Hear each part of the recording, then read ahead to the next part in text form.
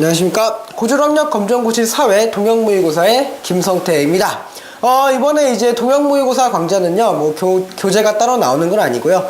홈페이지에 가시면은 이제 문제은행 파트가 있는데요. 그 문제은행 파트에 동형모의고사라고 있어요. 그래서 거기에서 이제 교환을 다운받으신 다음에 이제 강좌를 같이 들으시면 될 것 같습니다. 그리고 이제 동형모의고사라고 해서 이것도 모의고사 형식으로 가기 때문에요. 이거 문제를 풀어보시면서 이제 혹시 틀린 문제라든가 좀 어려운 문제, 이런 것들을 다시 한번 공부하시고 이제 메꿔가는 과정, 이제 그런 과정으로 생각하시면 될 것 같습니다. 그래서 제 강좌도요, 이제 다른 모의고사 강의에 비해서는요, 조금 더 자세하게 이제 설명이 들어갈 테니까요. 이거 보시면서 이제 부족한 부분, 내가 이게 부족했구나, 라고 하시면서 다시 복습하는 그런 과정이 되셨으면 좋겠습니다. 그래서 일단 1회 모의고사 한번 풀어보도록 할게요. 이제 1회 모의고사에 보시면요, 첫 번째 문제 보도록 할게요. 다른 사람과 구분되는 자신의 독특한 모습을 의미하는 말은 이렇게 되어 있죠. 그래서 다른 사람과 구분되는 자신의 독특한 모습이다 라고 해서요, 이제 첫 번째 단원에 나와 있는 뭐 그런 주제라고 생각하시면 되겠고요. 요거는 우리가 자아다 이렇게 이야기했었죠. 그렇죠? 요거 자아에 대한 이야기가 되겠고요. 그럼 여기서 하나만 더 생각해 볼게요. 다른 사람과 구분되는 자신의 독특한 모습이에요. 그렇죠? 요거는 자아라 그랬죠. 그러면은 이거를 인식하는 것은 이렇게 물어본다면요, 그러면은 자아 정체성이 되겠죠. 그렇죠? 그래서 여기까지 이 모습을요, 인식하는 것 이렇게 하면요, 인식이란 말이 들어가면은 요거는 뭐가 될 수 있다고요? 자아 정체성이 될 수 있다고요. 그렇죠? 그래서 이런 것도 조금 이제 체크해 두시면은 좋을 것 같네요. 2번 문제 풀어보도록 할게요. 다음 가에 들어갈 시기로 알맞은 것을 고르시오 이렇게 돼 있죠. 그래서 가에 들어갈 시기를 물어보고 있습니다. 그래서 자아 정체성이란요, 다른 사람과 구분되는 자신의 독특한 모습을 인식하는 것이래요. 그래서요, 자아 정체성은 한 번 형성되면 쉽게 변하지 않기 때문에요, 자아 정체성이 형성되는 가시기에는 올바른 자아 정체성을 형성하는 것이 중요하다 이렇게 되어 있죠. 그래서 자아 정체성이 형성하는 아주 중요한 시기, 그 시기가 어느 시기냐라고 물어봤고요. 그거는 우리는 청소년기 이렇게 이야기를 하고 있죠. 그렇죠? 그래서 아동기 같은 경우는 이제 기본적인 이제 사회화가 이루어지는 시기고요.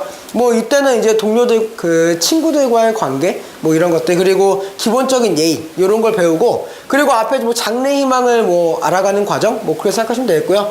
청소년기가 이제 직접적으로 자아 정체성을 형성하는 시기다 이렇게 이야기하면 되겠죠. 그렇죠? 그래서 청소년기 이후에 이제 중장년기 때는 자아 정체성에 따라서 뭐 직업을 선택하고요, 결혼을 준비할 수 있겠고요. 그리고 노년기 때는 이제 말년을 준비하시면 되겠죠. 그렇죠? 노후를 대비하시거나 뭐 이런 거 하시면 되겠습니다. 그래서 답은 2번, 청소년기가 자아 정체성을 형성하는 중요한 시기다 이렇게 하시면 되겠네요. 3번 문제 보도록 할게요. 네, 3번 문제 보시면요, 다음에서 설명하는 개념으로 옳은 것을 골라라 이렇게 되어 있죠. 그래서 다음에서 설명하는 개념이 어떤 건지 보죠. 자신이 속한 사회에요, 언어라든가 규범이라든가 행동 양식 뭐 이런 것들을 학습하는 것 이렇게 얘기했고요. 개인의 정체성을 형성하고요, 사회를 유지하는 데 기여한다 라고 되어 있죠. 그래서 여기서 핵심 포인트는 사실 첫 번째에 있습니다. 내가 속한 사회에서요, 언어라든가 규범, 행동 양식 이런 걸 학습한다라고 되어 있죠. 그래서 이런 개념으로 일단은 우리는 사회화다 이렇게 이야기를 해요.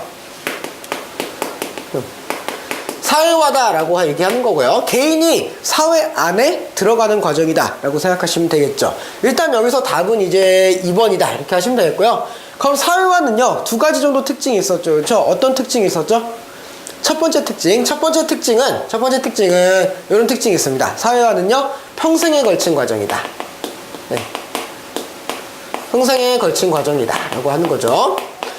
그래서 어느 특정한 시기에 있는 게 아니라요, 특정한 시기에 있는 게 아니라 어디에서든 그리고 언제든 일어나는 그런 현상이다 라고 하는 겁니다. 그래서요, 나중에 어른이 된 다음에 다시 사회화를 받는 경우도 있다 그랬어요. 그렇죠? 그래서 그런 경우 우리가 뭐라고 이야기했었죠? 그런 경우를 우리는 재사회화 이런 것도 있다라고 했었죠. 그렇죠? 그래서 이런 게 두 가지 정도 개념은 우리가 알아두시는 게 좋을 것 같아요. 그래서 평생에 걸친 과정이고요. 최근에는 이제 어른이 돼서도 다시 사회화를 겪는 경우가 많기 때문에 그런 거 우리가 재사회화다 이렇게 이야기를 한다는 거죠. 그렇죠? 그래서 이렇게 보시면 되겠고요. 개성이라든가 뭐 역할 갈등, 자아 정체성 여기 중에서요. 역할 갈등 정도는 조금 보시는 게 좋겠네요. 역할 갈등은 어떤 거죠? 어떤 역할이 두 개사가 생길 수 있어요. 그렇죠? 저는 이제 선생님이라고 하는 이제 역할이 있고, 그리고 혹은 여자친구, 제 여자친구의 남자친구라고 하는 역할도 있습니다. 둘 다 역할이겠죠. 그렇죠? 남자친구로서의 역할, 선생님으로서의 역할. 그죠? 근데 그 둘 사이에서 충돌이 일어날 수 있어요. 뭐 내가 수업을 가야 되는데 여자친구가 뭐 아프다거나 이런 경우에, 그렇죠? 그런 경우에 남자친구로서는 아픈 여자친구 찾으러 가야 되지만 선생님으로서는 수업을 하러 와야 되죠. 그죠? 그래서 그 두 사이에 역할이 충돌하는 것, 그런 걸 우리가 역할 갈등 이렇게 얘기했고요. 개성은 뭐 당연히 뭐 다들 알고 계시는 거죠. 나만의 뭐 독특한 특성 이렇게 생각하시면 되겠고요. 자아 정체성은 아까 자아를 인식하는 것 이렇게 이야기를 했었죠. 그죠? 그래서 그 정도만 하시면 될 것 같습니다. 그래서 사회화의 특징 두 가지 보시고요. 나중에 재사회화는요 다시 한번 자세히 보실 때가 있을 겁니다. 다음 문제 보도록 할게요. 4번 문제입니다. 다음 중 2차적 사회화 기관에 해당하는 것을 보기에서 모두 고르시오 이렇게 되어 있죠. 그래서 2차적 사회화 기관이다 라고 되어 있어요. 그럼 여기서 두 가지 비교하셔야 되겠죠. 그렇죠? 1차적 사회화 기관이 있을 거고요. 2차적 사회화 기관이 있을 겁니다. 그래서 1차와 2차를 구분하는 거 명확하진 않다 그랬습니다. 명확하진 않은데요. 1차 같은 경우는 아주 기초적인 사회화, 기초적인 사회화가 이루어지는 곳이고요. 2차적 사회화 기관은 조금 약간 고차원적, 고차원적 사회화가 이루어진다라고 이야기했었어요. 그래서 기초적 사회화가 이루어지는 1차적 사회화 기관을 조금 암기하시는 게 좋아요. 그거 말고 나머지는요 다 2차 하시면 됩니다. 그래서 대표적인 1차적 사회화 기관은요 가정이 있고요, 또래 집단 있고요. 또래 집단은 친구들 얘기합니다. 또래 이렇게 하시면 되겠고요. 또 하나는 혹시 뭐 보육원 이런 게 나와도, 보육원 이런 게 나와도 1차적 사회화 기관이다 이렇게 하시는 게 좋을 것 같고요. 그 고차원적 사회화 기관인 2차적 사회화 기관은요 나머지 하셔도 크게 틀리지 않다는 거고요. 그래서 이 두 가지 보시면 되겠고요. 그리고 이거 말고 사회화 기관을 구분하는 게 또 하나 더 있긴 해요. 또 하나 있긴 해요. 뭐하고 뭐가 있냐면요, 공식적 사회화 기관이 있고요, 비공식적 사회화 기관도 있습니다. 그래서 공식적 사회화 기관은 사회화 자체가 목적, 사회화 자체가 목적이에요. 사회화 자체가 목적이다라고 얘기했으니까 그 자체로서 목적. 그래서 공식적 사회화 기관은요 이렇게 얘기하시면 솔직히 좀 어렵거든요. 그래서 조금 중요하게 이렇게만 하시면은요 바로 맞추실 수 있습니다. 교육기관. 공식적 사회기관은요 무조건 교육기관이에요. 교육기관. 그쵸? 교육기관이 아니면요 공식적 사회기관이라고, 사회화 기관이라고 할 수가 없습니다. 꼭 기억하세요. 공식적 사회화 기관은요 교육기관입니다. 사회화 자체가 목적인 것 이렇게 이야기하시면 되겠죠. 그쵸? 그리고 비공식적 사회화 기관은 나머지 하시면 되겠고요. 그럼 여기서는 이제 2차적 사회화 기관, 우리가 2차적 사회화 기관을 물어봤었죠. 그쵸? 그래서 가정 1차적 사회화 기관이고요, 학교 2차적 사회화 기관이 되겠고요, 회사 2차적 사회화 기관입니다. 그리고 또래 집단은 1차적 사회화 기관이 되겠죠. 그쵸? 그래서 니은하고 디귿만 2차적 사회화 기관이 되니까 답은 3번 하시면 되겠죠. 그쵸? 그럼 여기서 볼게요. 여기에서 그러면은 비공식적 사회화 기관이랑 공식적 사회화 기관 한번 비교해 보죠. 여기에서 공식적 사회화 기관은 뭐가 있어요? 딱 하나밖에 없죠. 학교밖에 없습니다. 공식적 사회화 기관에 해당하는 건 학교밖에 없다라고 하셔야 되는 거죠. 이해되십니까? 그죠? 가정이나 회사나 또래 집단은 교육기관이 아니잖아요. 그죠? 그렇기 때문에 니은만 이제 공식적 사회화 기관에 들어간다 이렇게 하시면 되겠고요. 여기서 답은 니은과 디귿 3번 하시면 되겠고요. 다음 문제 풀어보도록 할게요. 5번 문제입니다.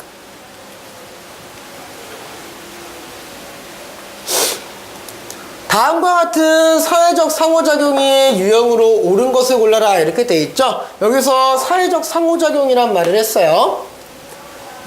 사회적 상호작용은요, 그 사람들끼리 이제 사회적으로 부딪히면서 겪게 되는 이제 상호작용 이렇게 이야기를 하는 건데요. 그 크게 세 가지가 있습니다. 세 가지. 하나는 협동이 있고요, 그리고 경쟁이 있고요, 하나는 갈등이 있습니다. 이렇게 세 가지가 사회적 상호작용의 이제 유형이다. 이렇게 얘기하시면 되겠고요. 요거 세 개가 아니면 일단 답이 될 수 없어요. 그죠? 이거 세 개가 아니면 일단 답이 될 수 없어요. 갈등, 경쟁, 협동만 답이 될 수 있습니다. 대립은 당연히 답이 안 되겠죠. 그렇죠?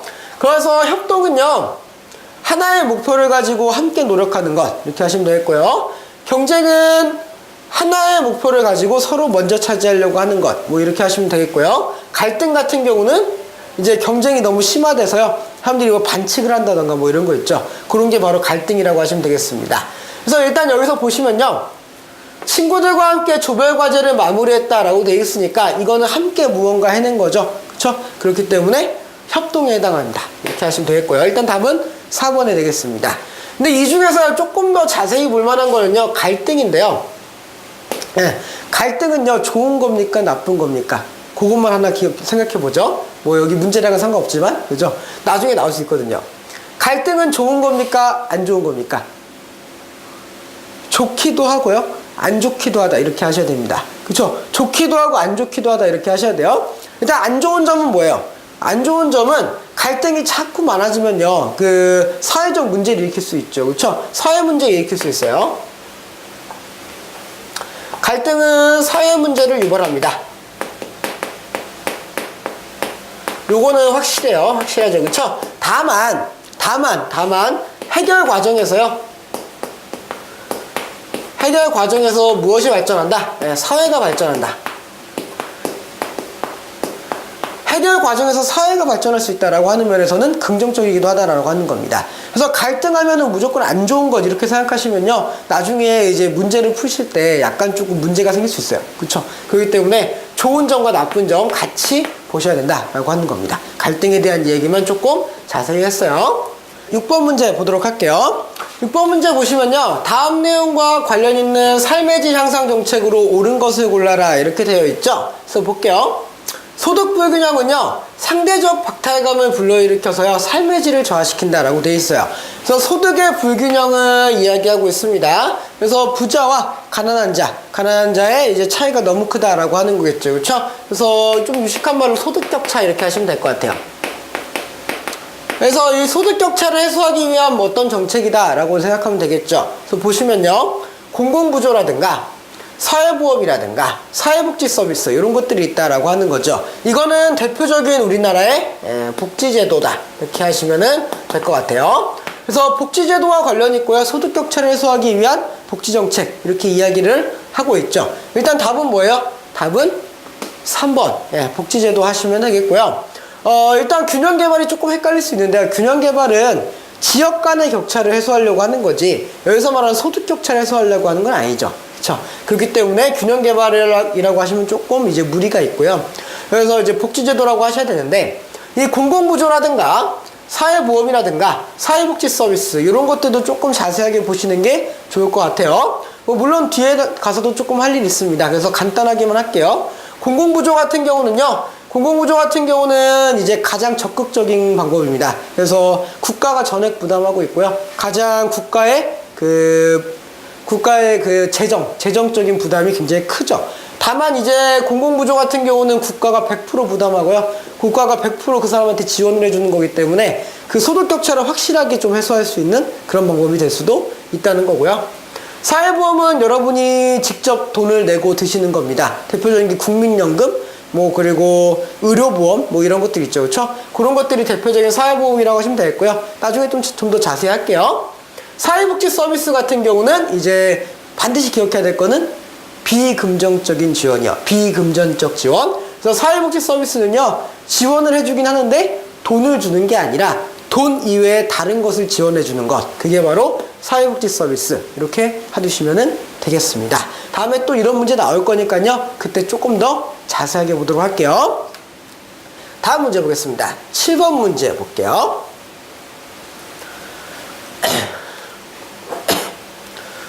다음 중 사회복지 서비스에 해당하는 내용으로 옳은 것을 골라라. 이렇게 되어 있죠. 그래서 사회복지 서비스에 대한 겁니다. 아까 잠깐 보기로 했었네요. 그렇죠? 사회복지 서비스 같은 경우는 일단은 어떤 특징이 있을까요? 첫 번째 특징은요, 비금전적 지원입니다.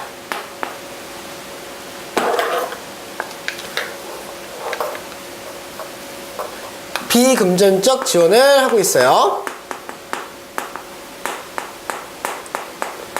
그래서 돈을 주는 게 아니라는 거죠. 그렇죠? 돈을 주는 게 아니라 돈 말고 다른 서비스를 제공하는 거다. 이렇게 생각하시면 될 것 같아요. 그리고 두 번째는 특징은요. 국가가 부담하기도 하고요. 네. 혹은 시민단체가 부담하기도 합니다. 네. 뭐 개인이 이제 기부금으로 할 수 있어요. 뭐 개인이 부담하는 경우도 있긴 해요. 근데 거의 다 부담은 누가 많이 한다는 거야? 국가 혹은 시민단체들이 많이 하고 있습니다. 그래서 이런 특징들을 좀 갖고 있네요. 그래서 보시면요, 주로 금전적인 지원을 한다 아니라 그랬죠, 그렇죠? 비금전적 지원을 한다라고 얘기했습니다. 그래서요, 소득 재분배 효과는 크지 않다라고 하는 것도 좀 특징이 될 수 있을 것 같아요. 세 번째 특징 볼게요. 소득의 재분배는 적다, 그렇죠? 소득의 재분배 효과는 적다라고 하는 거죠, 그죠? 그래서 격차를 해소할 때 적극적인 정책이라고 보기는 조금 어렵다라고 하는 겁니다. 근로의욕이 상실될 수 있다라고 되어 있는데요. 근로의욕이 상실될 수 있는 거는 공공부조에 해당합니다. 네. 나중에 공공부조도 자세히 할 때 그때 한 번 더 하도록 할게요. 공공부조는요, 근로의욕이 상실될 수 있다는 단점이 있죠. 그렇죠? 맞고요. 소득 재분배 효과는 크지 않다라고 되어 있는데 맞습니다. 사회복지 서비스는 소득 재분배 효과가 크지 않다는 게 특징이 될 수 있어요. 수혜자, 기업, 국가가 비용을 공동으로 부담한다고 되어 있는데요. 요거는 이제 사회보험에 해당하는 내용이 될 것 같아요. 네. 그래서 사회보험은요, 기본적으로 누가 부담한다는 게 특징이죠. 네. 수혜자가 부담한다. 나중에 혜택을 받을 사람이 직접 부담한다라고 하는 게 큰 특징이다 라고 이야기하면 되겠습니다. 그래서 사회복지 서비스랑 관련 있는 거 몇 번밖에 없어요? 3번밖에 없겠네요. 그럼 다음 문제 풀어보도록 할게요. 8번입니다. 삶의 질을 높이기 위한 방법으로 옳지 않은 것을 골라라 이렇게 되어 있죠. 그래서 삶의 질을 높이기 위한 방법입니다. 그래서 하나씩 볼게요. 깨끗한 환경에서 생활한다. 당연히 깨끗한 환경에서 생활하는 거 삶의 질이랑 관련이 있겠죠. 그렇죠? 환경적인 부분 중요하다라고 얘기했었고요. 충분한 여가 시간 필요합니다. 그렇죠? 너무 일만 하고 사실 수 없잖아요. 그렇죠? 일해서 돈을 버는 것도 개인적으로 필요한 일에 쓰기 위한 건 아니겠습니까? 그렇죠? 그래서 개인적으로 충분한 여가 시간을 확보하는 거 필요하고요. 근로 시간을 너무 과도하게 갖지 않는 것도 중요합니다. 그래서 과로 같은 거 하시게 되면요, 여러분의 삶의 질이 많이 떨어지게 되겠죠. 그래서 우리나라 사람들 요즘에 핫 이슈가 뭐예요? 네, 칼퇴근 이런 거 아니겠습니까? 그죠? 그래서 3번도 당연히 삶의 질에 꼭 필요하고요. 무조건 가장 많은 임금을 주는 곳에 취직한다라고 되어 있는데 아닙니다. 삶의 질에는 여러 가지가 있죠, 그렇죠? 그래서 경제적인 요건도 있고, 예, 문화적인 요건도 있고, 예, 그리고 사회적인 요건도 있는데, 사회나 환경적인 요건. 그래서 이런 것들이 굉장히 많이 있는데, 이 중에서 경제 하나만 자꾸 보고 가겠다라고 한다면요, 오히려 삶의 질이 떨어질 수 있다라고 하는 거죠. 우리나라 사람들이 너무 경제적인 부분에 집착을 하는 바람에 삶의 질이 떨어지는 것도 있어요. 그렇죠? 그래서 너무 이쪽에만 집착하면은 삶의 질이 오히려 떨어질 수 있다라고 하는 겁니다. 그래서 가장 많은 임금이 100% 좋은 삶의 질을 보장하지는 않는다는 것도 기억을 하시면 되겠네요. 그래서 틀린 건 몇 번밖에 없어요? 4번만 틀린 내용이 되겠습니다. 다음 문제 보도록 할게요. 9번 문제입니다. 9번 문제 보시면요, 다음 중에 다문화 사회 갈등 해결 방안으로 옳은 것을 보기에서 모두 골라라 이렇게 돼 있죠. 그래서 여기서 다문화 사회다라고 하는 말이 나왔네요. 그래서 다문화 사회는 우리가 세계화 시대가 되면서요, 그러면서 등장한 거고요. 이제 주변의 여러 나라 사람들을 우리 주변에서 볼 수 있다 이런 게 되겠죠, 그렇죠? 그래서 동남아시아 사람도 볼 수 있고, 유럽 사람도 볼 수 있고, 뭐 미국 사람도 볼 수 있고, 뭐 이런 얘기가 될 것 같아요. 그래서 보죠. 문화 상대주의적 태도를 함양한다. 문화 상대주의적 태도는 어떤 태도죠? 그래서 상대주의라고 했으니까, 상대주의라고 했으니까 그 문화를 어디에서 본다? 그 사회의 맥락에서 보는 것. 즉 맥락에서 이해하는 것. 요것이 되겠죠. 그렇죠? 그래서 그 사회의 맥락에서 그 문화를 이해한다라고 하는 게 상대주의적 태도예요. 그러니까 당연하지만 다문화 사회에서는 반드시 필요한 것이 되겠죠. 그렇죠? 동남아시아 사람들 왔어. 오케이. 그 사람들은 그 사회의 문학을 가지고 있었기 때문에 우리나라에서 이런 행동을 해도 그럴 수 있어. 그럴 수 있어. 불법이 아니라면 우리가 이해해줘야 돼. 이게 되는 거죠. 불법이 아니라면이라고 하는 전제를 붙였습니다. 제가 분명히. 그쵸? 불법이 아니라는 가정하에 그래 저 사람들의 문화를 존중해 주어야 돼. 이게 된다라고 하는 거죠. 되십니까? 예. 그래서 문화 상대주의적 태도 함양하는 거 다문화 사회에서 굉장히 중요하고요. 우리나라 문화로의 변화를 강요해서는 안 됩니다. 그 사람들은 이제 그 사람의 문화를 이제 가지고 행동할 수 있는 권한이 있잖아요. 그쵸? 뭐 이슬람 사람들이 돼지고기 안 먹는다고 해서 우리한테 피해주는 거 아니죠. 그렇잖아요. 그죠? 그래서 그 사람들이 돼지고기 안 먹는다. 아, 그럴 수 있어. 라고 이야기해 주는 거죠. 그쵸? 그래서 그 불법이 아닌 선에서는 우리가 이해해 줘야 된다. 이런 게 되겠고요. 다른 문화 사람들과의 접촉을 금지한다. 이거는 완전 이상한 말이죠. 그쵸? 그래서 뭐 그 사람들 격리시키고 그럽니까? 예, 말이 안 되죠. 그쵸? 그래서 디귿도 아니고요. 다문화 가정 자녀의 학교 교육을 지원해서요. 그 가정에 있는 자녀들이 그 교육적인 혜택을 계속 받을 수 있도록 그런 배려가 필요합니다. 그래서 답은 기억과 리을이 되겠네요. 2번 하시면은 되겠습니다. 다음 문제 보도록 할게요. 10번입니다. 다음에 해당하는 사회보장제도에 대한 설명으로 옳은 것을 골라라 이렇게 되어 있죠. 그래서 사회보장제도에 대한 설명이네요. 국민연금이죠. 연금이 있고요. 그리고 의료보험입니다. 의료보험. 그래서 이 국민연금이라든가 의료보험 요거 어떻게 해석해야 되죠? 요거는 사회보험에 해당합니다. 그럼 사회보험 이야기 나왔으니까 사회보험의 특징도 한번 적어보죠. 사회보험의 특징 뭐 몇 가지 있을까요? 뭐 한 두세 가지 정도 있을 것 같아요. 일단 첫 번째는 누가 부담한다는 거죠? 네, 수혜자가 부담합니다. 네, 수혜자가 부담하고 있어요. 수혜자가 부담한다는 건요, 그 실제로 혜택을 받을 사람이 부담한다는 얘기예요. 그래서 내가 일단 부담을 하고 거기에 대한 부족분을 누가 추가해 주는 거죠? 네, 국가가 조금 지원해주고요. 그리고 기업에서도 약간의 지원을 해주게 되는 겁니다. 그래서 기본적으로 수혜자가 부담하는 원칙에 국가와 기업이 이제 이거를 같이 내주는 거죠. 같이 내주는 것 이런 거고요. 그리고 여기서 상호 부조적인 성격이다 라고 하는 말이 나와요. 상호 부조적이란 얘기는요, 서로 돕는다는 뜻인데 만약에 내가 여기다가 미리 넣어놨어요. 미리 돈을 넣어놓고 내가 이걸 안 쓸 수도 있다는 거죠. 대신 다른 사람이 갑자기 급해지면은 꺼냈어 이렇게 얘기하는 거예요. 그렇죠? 그래서 어떤 거냐면 이렇게 자루가 있으면요, 이거를 내가 제가 여기다 돈을 넣었어요. 돈을 넣고 돈을 집어넣은 거죠. 그렇죠? 그리고 또 누군가가 A라고 하는 사람이 돈을 또 집어넣었을 거예요. 그렇죠?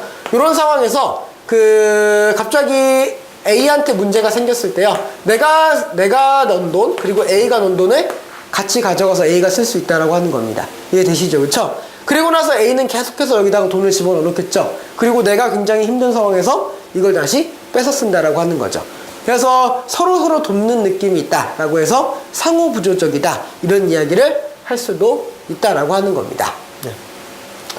그래서 이제 기본적으로 한 요 정도만 받으시면 될 것 같아요. 이 두 개 정도가 가장 큰 특징이다 라고 이야기하시면 될 것 같습니다. 하나씩 볼게요. 비금전적인 지원을 한대요. 이거 아까 했었는데요. 뭐라고 하시면 되죠? 네, 사회복지 서비스가 되겠죠. 네, 비금전적인 지원은 사회복지 서비스 이렇게 하시면 되겠고요. 근로의욕을 떨어뜨릴 수 있다. 이거는 공공부조에 해당합니다. 네. 공공부조에 해당하는 내용이라고 할 수 있겠고요. 국가의 재정부담이 매우 크다라고 되어 있죠. 이것도 국가가 100% 부담하는 공공부조에 해당하는 내용이 되겠고요. 수혜자와 기업, 국가가 비용을 공동으로 부담한다. 이게 바로 이제 사회보험에 해당하는 내용이 되겠습니다. 그래서 답은 몇 번이에요? 답은 4번 하시면 되겠네요. 다음 문제 볼게요. 11번입니다.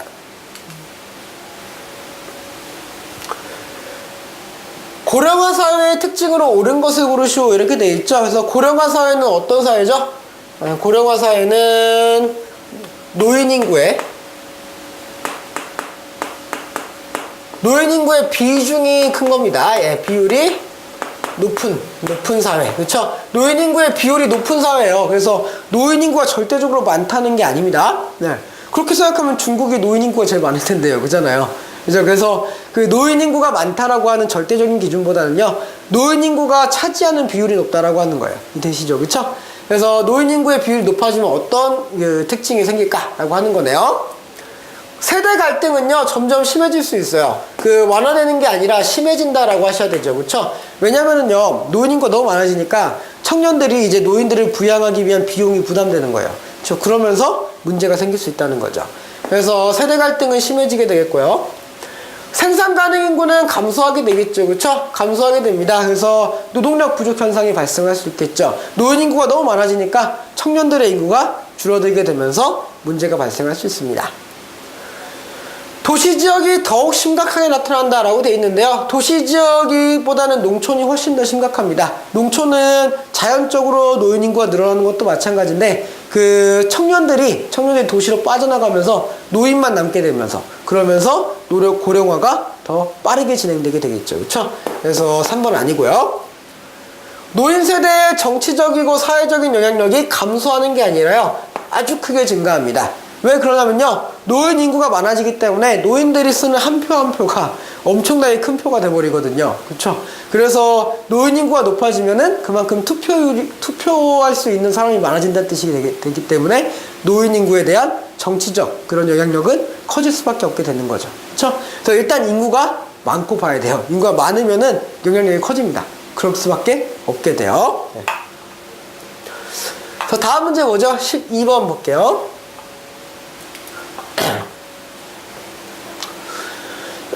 다음 가에 해당하는 내용으로 옳은 것을 고르시오 이렇게 돼 있네요. 가는요, 자신이 투자한 자산의 가치를 보호받을 수 있는 정도를 의미한대요. 그렇죠? 그래서 자신이 투자한 자산의 가치를 보호받을 수 있는 정도라고 되어 있으니까요, 일단 저는 답을 알겠네요. 네, 안전성에 대한 이야기 같습니다. 일단 안전성이고요. 요거는 이제 가는 일단 안전성이라고 보셔야 되겠고요. 여기에서 그러면요, 그 안전성이랑 비교될 수 있는 자산관리 방법, 요거 몇 가지 더 볼 수 있을까요? 안전성이랑 조금 대비되는 개념이 이제 수익성이 되겠죠. 수익성이 되겠죠. 그래서 안전성은 보호받을 수 있는 정도라면 수익성은 얼마만큼 내가 이득을 얻을 수 있는가, 이거라고 생각하시면 될 것 같아요. 그리고 여기에서 뭐 하나 더 한다면은 뭐가 있을까요? 뭐 유동성 같은 거 있을 수 있겠죠. 네. 유동성은 보유하고 있는 자산을요, 현금으로 바꿀 수 있는 정도입니다. 그래서 내가 갑자기 돈이 필요해서 현금이 필요한데, 그 내가 갖고 있는 그 자산을 바로 현금으로 바꿀 수 있을까? 요거에 대한 얘기죠. 그래서 부동산 같은 경우는요, 그 돈이 바로 필요할 때 그 부동산을 돈으로 바로 바꿀 수가 없잖아요. 그쵸? 그래서 유동성이 안 좋다라고 이야기를 하는 겁니다. 이해되시죠? 그쵸? 네. 그래서 우리는 자산 관리할 때 세 가지를 보셔야 되는 겁니다. 안전성, 수익성, 유동성이 되겠죠. 그렇죠? 그래서 뒤에도 좀 더 읽어보면요, 일반적으로 예금이나 채권은 이제 안전성이 높고요, 주식은 안전성이 낮은 편이다 라고 하시면은 되겠죠. 그렇죠? 그래서 일단 답은 몇 번이에요? 답은 안전성에 해당하는 내용이 되겠다 라고 하는 겁니다. 그래서 답은 3번 하시면은 되겠네요. 그래서 다음 문제 좀 보도록 할게요. 13번입니다. 자산관리에 대한 설명으로 옳은 것을 보기에서 모두 골라라 이렇게 되어 있죠. 그래서 볼게요. 안전성과 수익성은 상관관계가 없다라고 되어 있는데 아닙니다. 네. 안전성과 수익성은 상관관계가 있죠. 음의 상관관계라고 하는 관계가 있어요. 안전성이 높으면요, 수익성은 떨어지고요, 안전성이 낮으면요, 수익성은 높게 됩니다. 그렇죠? 그래서 서로 반대로 움직이는 속성이 있다라고 하는 거고요. 미래의 소득은요, 고려의 대상이 아니다. 아니죠. 앞으로 내가 얼마를 벌기로 했어, 내가 얼마 정도 더 벌 수 있을 것 같아 라고 하는 그 소득 기대감, 그 소득 기대감은요, 앞으로의 자산 관리에 당연히 큰 영향을 줄 수밖에 없죠. 그렇죠? 그래서 니은 아니고요. 투자의 목적이랑요, 그리고 기간, 이런 것들을 고려해야 한다. 당연히 맞는 내용이 되겠고요. 안전성, 수익성, 유동성, 요 세 가지 요소를 모두 고려를 해야 합니다. 그래서 리을도 맞는 내용이 될 것 같네요. 그래서 다음 몇 번이요? 디귿과 리을 하시면 되겠습니다. 답은 4번 하시면 되겠고요. 나중에 안전성, 수익성, 유동성은요, 뒤에 좀 더 자세히 볼 기회가 있을 겁니다. 그래서 다음 문제 보도록 할게요. 14번입니다.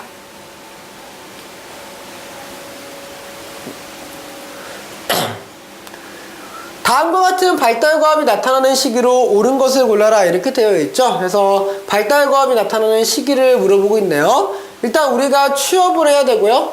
그리고 우리가 결혼 준비를 해야 되는 이런 시기다라고 하는 겁니다.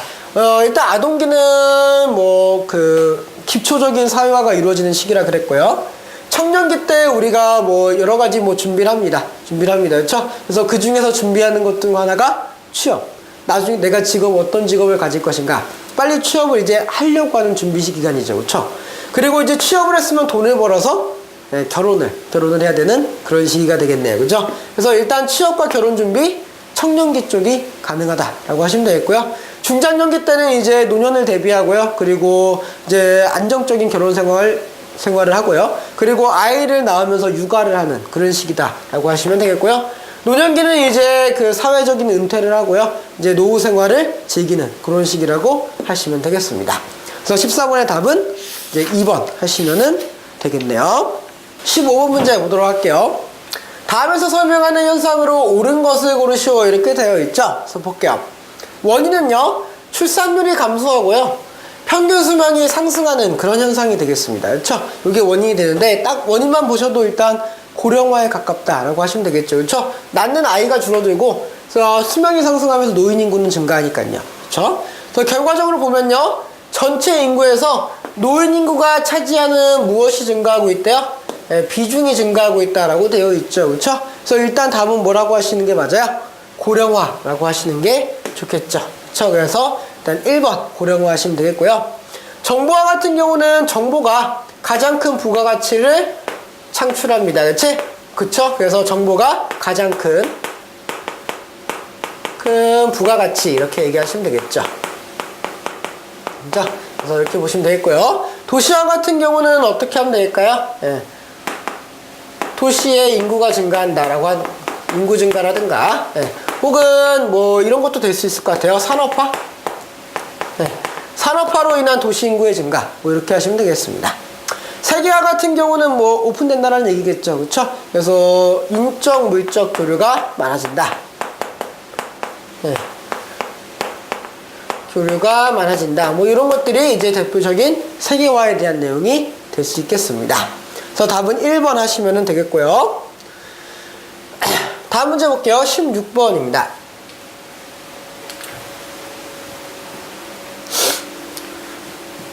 과학기술의 발전에 따른 인간 생활의 변화 모습으로 옳은 것을 보기 위해서 모두 골라라 이렇게 되어 있죠. 그래서 과학기술이 발전하면서 인간 생활이 어떻게 변화하는가 이런 걸 물어보고 있네요.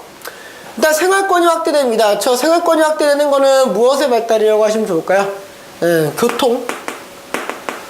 교통수단의 발달. 교통수단의 발달은 과학기술과 관련이 있으니까 당연히 맞는 내용이 되겠고요. 인구의 부양력은 감소하는 게 아니라요, 오히려 증가하겠죠. 그렇죠? 왜냐면은 식량 생산량이 늘어나게 되잖아요. 그러면서 인구 부양력은 증가하게 됩니다. 농업 생산력이 하락한다? 아니죠. 농업 생산력이 상승하면서 인구 부양력도 증가한다라고 얘기했죠. 그렇죠? 그래서 농업 생산력은 증가한다. 이렇게 하시는 게 맞겠고요. 개인정보의 노출 문제가 대두될 수 있습니다. 그렇죠? 요거는 정보수단의 발달이 되겠죠. 그렇죠? 정보통신 기술이 발달하면서 우리 개인적인 정보가 자꾸 이제 인터넷에 오픈이 되는 거죠. 그러면서 개인정보 노출의 문제가 발생할 수 있다는 겁니다. 그래서 기업과 리을 하시면 되겠죠? 답은 2번 하시면 되겠습니다. 다음 문제 볼게요. 17번입니다. 17번 보시면요, GIS에 대한 설명으로 옳지 않은 것을 골라라 이렇게 돼 있죠. 그래서 GIS는 뭐죠? 지리정보 시스템 이렇게 하시면 돼요.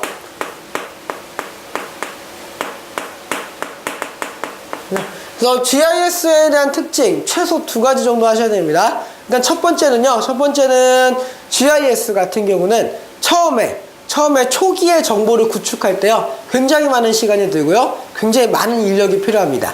그게 첫 번째 특징이에요. 다만 두 번째 특징. 처음에는 굉장히 만들기 어렵지만 만들고 나서 그 자료를 갱신한다거나 라고 하는 거는 굉장히 쉽게 이루어질 수 있다. 2가지 특징을 꼭 기억하시면 됩니다. 알겠죠? 처음에 정보 구축에 어렵다. 두 번째, 정보 구축 이후에는 갱신이 쉽다. 됐습니까? 처음에 어려워요. 나중엔 쉬워요. 이거 꼭 기억하세요. 네. 그럼 보죠. 적은 인력과 시간으로 초기 정보를 구축할 수 있다. 아니라 그랬죠? 초기 정보 같은 경우는 굉장히 많은 인력과 시간이 필요하다 그랬습니다. 그렇죠? 그렇기 때문에 그 GIS에 대한 특징에 완전 반대라고 하시면 되겠고요. 그렇죠? 그래서 1번 아니고요. 점포의 효율적 배치라든가요. 사업적 입지 분석 등에서 활용할 수 있죠. 그렇죠? 아주 중요한 이야기입니다. 그렇죠? 그래서 점포가요. 어디에 배치하는 것이 가장 효율적인가를요. 그 지리의 종합적인 정보를 파악한 다음에 배치시키는 거예요. 가능하죠. GIS. 시스템 구축 후에요. 공간 정보의 갱신과 관리는 굉장히 편하다라고 이야기했었죠. 그렇죠? 그래서 3번 맞고요. 복잡한 지리 관련 자료를요. 매우 빠르고 정확하게 분석하고요. 실생활의 활용도가 높습니다. 아주 높다라고 하시면 되겠죠. 그렇죠? 그래서 답은 몇 번이에요? 답은 1번. 1번 하시면 되겠습니다. 다음 문제 볼게요. 18번입니다. 다음 중 GPS에 대한 설명으로 옳은 것을 골라라 이렇게 돼 있죠. 그래서 여기서 GPS에 대한 설명입니다. 네, GPS요. GPS는 이제 위치를 파악하는 데 가장 용이한 시스템이라고 할 수 있겠죠. 위치를 파악하거나 혹은 이제 어디까지로 가려고 했을 때 목표지를 정했을 때 거기로 가는 이제 뭐 길 이런 것들을 파악해주는 그런 시스템이라고 하시는 게 좋을 것 같아요. 정보 구축 초기에요. 초기에 많은 인력과 시간이 필요하다. 요거는 이제 GIS에 대한 얘기가 되겠죠. 그렇죠? 네, GIS에 대한 설명이 될 수 있겠고요. 복잡한 지리 관련 자료를 신속하고 정확하게 분석한다 라고 되어 있죠. 그래서 지리 관련 자료를 정확하게 분석한다 라고 되어 있으니까 요것도 GIS에 해당하는 것 같아요. 지리정보 시스템에 해당하는 것 같고요. 세계 어느 곳에든지 위치를 알 수 있는 시스템 맞죠? 그렇죠? 이게 바로 GPS 시스템이라고 할 수 있겠고요. 광범위한 지역의 연속적인 변화에 대한 정보 수집에 활용한다 라고 돼 있죠. 요거는 이제 인공위성 인공위성에 대한 설명이 되겠습니다. 그래서 다음 몇 번이요? 답은 3번 3번만 GPS에 대한 내용이 될 수 있겠죠. 다음 문제 한번 풀어보도록 할게요. 19번 문제 보도록 하겠습니다.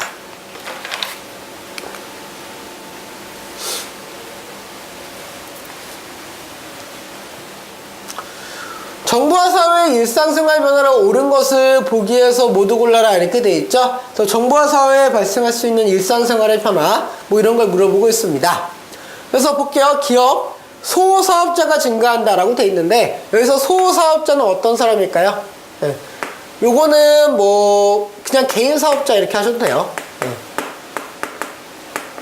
그러니까 뭐 1인 기업 같은 건 느낌이라고 생각하시면 됩니다. 그래서 개인적으로 하는 뭐 1인 기업 같은 이제 소호사업자 이렇게 생각하시면 되겠죠. 그렇죠? 당연하지만 정보화 사회가 확산이 되면서요. 인터넷을 활용한 1인 회사 이런 것들이 많이 생겨나고 있죠. 그렇죠? 그래서 기업은 일단 맞는 내용이 되겠고요.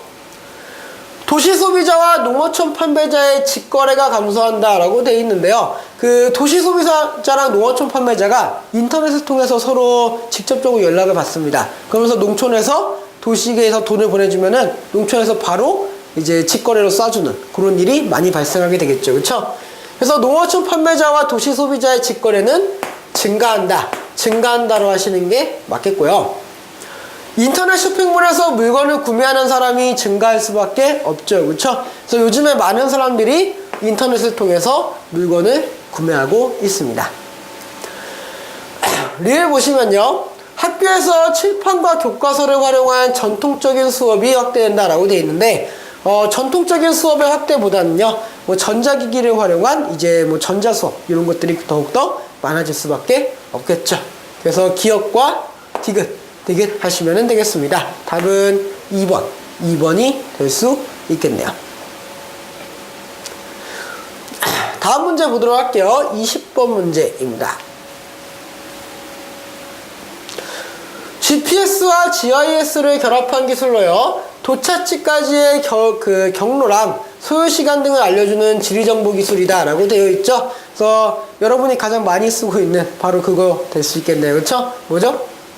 내비게이션에 해당하는 말이 되겠습니다. 그쵸? 그래서 인공위성이라든가 기업 GIS, 개인용 GPS, 요거는요, 조금 확인해 보시면 되는데, 인공위성 같은 경우는 지리정보를 수집할 때 활용하는 것, 이렇게 생각하시면 되겠고요. 기업 GIS는 이제 기업들이 점포를 배치한다던가, 뭐 매장, 우수 매장 확인한다던가, 뭐, 그리고 어디에다가 매장을 조금 더 놓는 게 좋을까, 이런 걸 파악할 때, 그때 파악할 때 종합적인 정보 시스템을 보는 게 GIS고요. 개인용 GPS는 이제 개인의 위치 파악에 활용하고 있죠. 그렇죠? 혹시 뭐 나중에 아이가 생기면은 개인용 GPS 쓰실 일이 조금 있을 겁니다. 그렇죠? 네. 그래서 답은 3번 내비게이션 하시면은 될 것 같네요. 다음 문제 보도록 하죠. 21번입니다. 세계 인구 분포에 대한 설명으로 옳은 것을 고르시오, 이렇게 되어 있죠. 그래서 인구 분포와 관련한 거 물어보고 있네요. 그래서 인구가 많은 곳과 적은 곳, 이런 걸 좀 물어보고 있는 것 같아요. 그래서 인구가 많은 곳은 어떤 곳일까요? 인구 분포 봤을 때 두 종류가 있겠죠. 많은 곳이 있고요, 네, 적은 곳이 있을 겁니다. 많은 곳은 일반적으로 북반구예요, 남반구예요? 북반구 쪽이 많고요. 네. 그리고 위도상으로 봤을 때요, 중위도 정도 됩니다. 네. 그리고 기후로 봤을 때는 냉온대 기후가 많고요.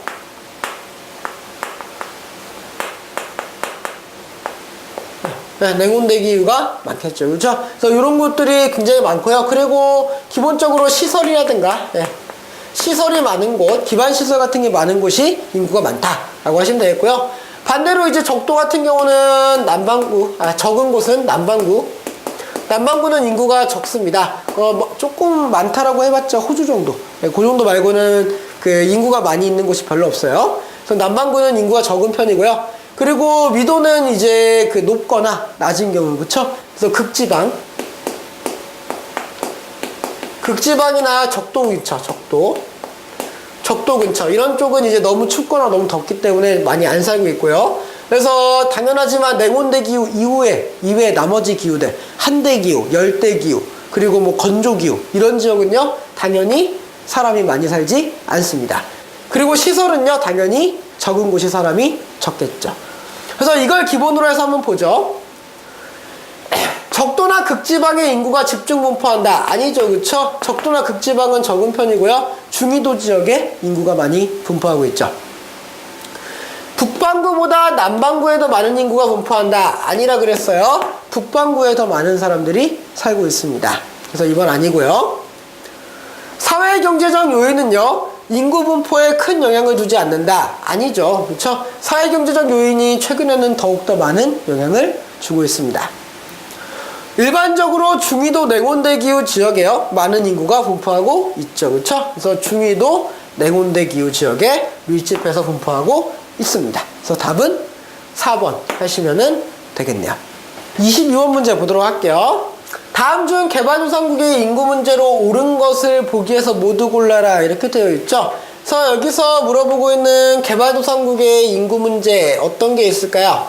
일단은 개발도상국은 이제 막 개발하는 나라이기 때문에 굉장히 빠르게 인구가 증가합니다. 그래서 인구 급증 같은 문제가 발생할 수 있고요. 근데 인구가 급격하게 증가하는데 그만큼 이제 산업이나 이런 게 발달하지 못해요. 그래서 시설 부족이라든가 식량의 부족 문제가 발생할 수 있죠. 네. 그리고 남아선호 사상 같은 게 존재한다고 한다면요, 그럴 경우에는 우리가 성비 불균형 이런 게 발생할 수 있죠. 남자를 선호하다 보니까 애들이 여자아이를 낳으려고 할 때는 약간 좀 꺼려하는 뭐 그런 거라고 생각하시면 될 것 같아요. 그래서 이런 것들의 문제가 발생하고 있다라고 하시면 되겠습니다. 그래서 보시면요. 고령화 같은 경우는 어디에서 나타나는 문제냐? 그 선진국에서 나타나는 문제가 되겠고요. 출산이 너무 적어요. 이것도 선진국형 문제라고 할 수 있겠습니다. 그죠? 성비 불균형은 개발도상국의 문제라고 할 수 있겠고요. 급격한 인구의 증가, 당연히 개발도상국의 문제라고 할 수 있겠죠. 그렇죠? 그래서 답은 디귿과 릴 4번 하시면은 되겠네요. 그렇죠? 그래서 선진국의 문제는 고령화 저출산이 대표적이라 그랬는데 여기에 플러스 하나 한다면은 뭐 하면 될까요? 노동력 부족. 그죠? 그래서 선진국 같은 경우는 노동력 부족 문제가 발생할 수도 있다라고 하는 것도 좀 기억하시면 좋겠습니다. 23번 문제 보도록 할게요.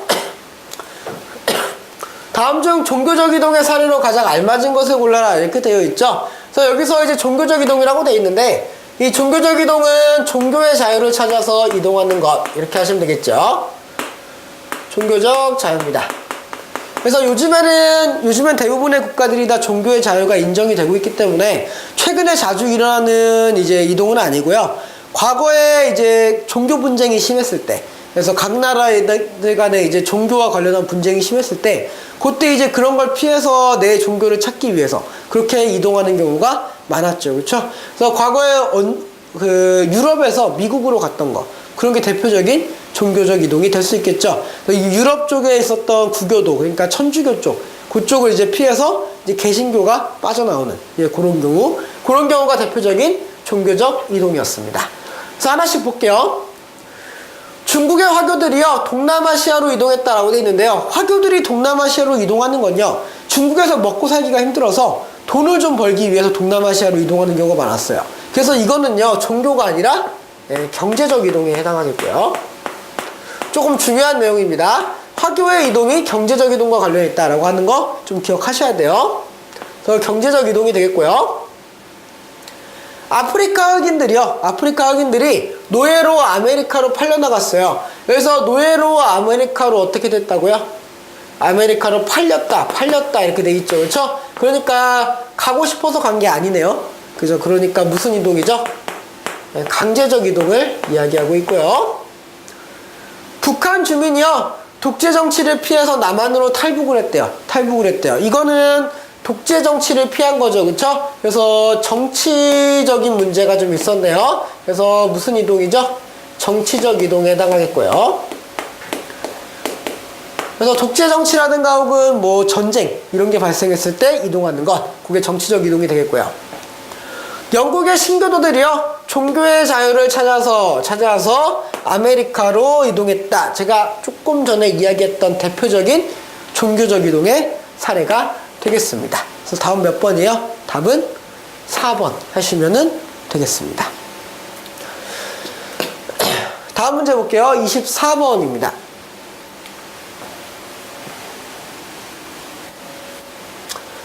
다음 중 옥수수에 대한 설명으로 옳지 않은 것을 골라라 이렇게 되어 있죠. 그래서 옥수수에 대한 설명입니다.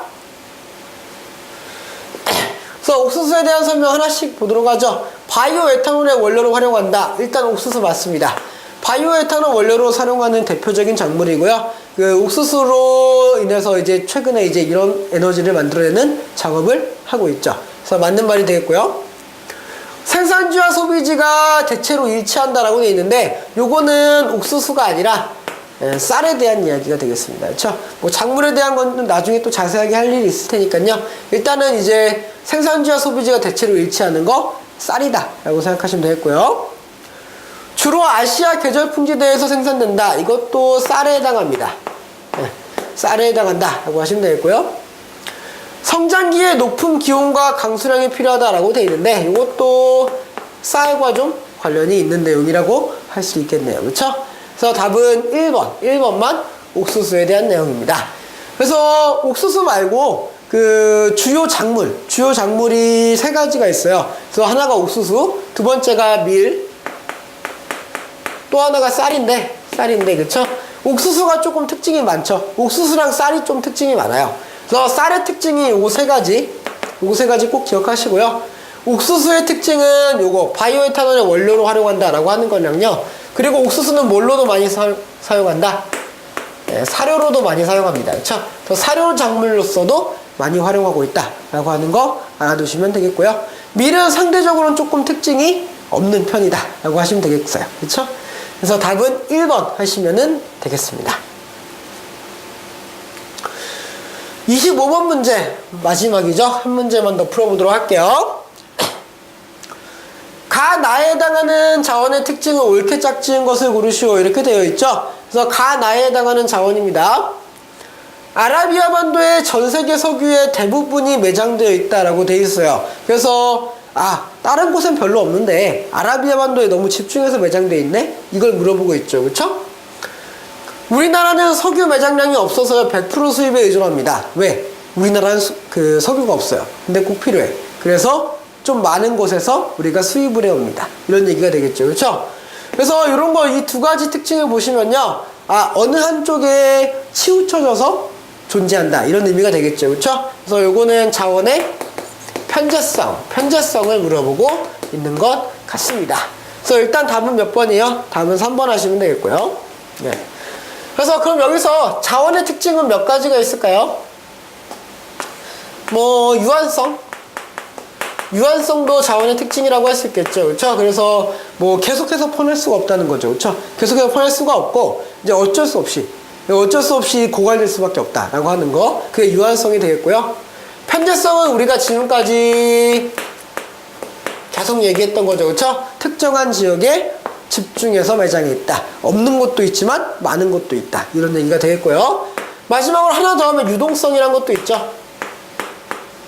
유동성 같은 경우는 그럼 뭘 의미하냐면은 시대에 따라서 자원의 가치가 다르다라고 하는 거죠. 구석기 시대나 이럴 때는 석유가 필요 없잖아요. 석유는 좋은 자원이 아니라고요. 근데 지금은 석유가 어마어마하게 중요한 자원이 됐죠. 그렇죠? 그렇게 시간이 지나고요. 시대가 변하면서 중요한 자원이 달라진다라고 하는 겁니다. 그렇죠? 그게 바로 유동성이 되겠어요. 그래서 여기서 물어본 건 뭐였다고요? 편재성. 특정한 지역에 몰려있다라고 하는 거. 이렇게 보시면 되겠습니다. 그래서 여기까지 해서 이제 1회 모의고사 마무리했고요. 이제 당연히 푸시다가 어려운 문제 있으셨을 거고요. 잘 모르시는 것도 있었을 텐데 다시 한번 이제 강의 좀 들어보시고 하시면요. 충분히 다들 하실 수 있을 거라고 생각이 듭니다. 잠시 쉬셨다가요. 내가 2회 모의고사 때 뵙도록 하겠습니다. 수고하셨습니다.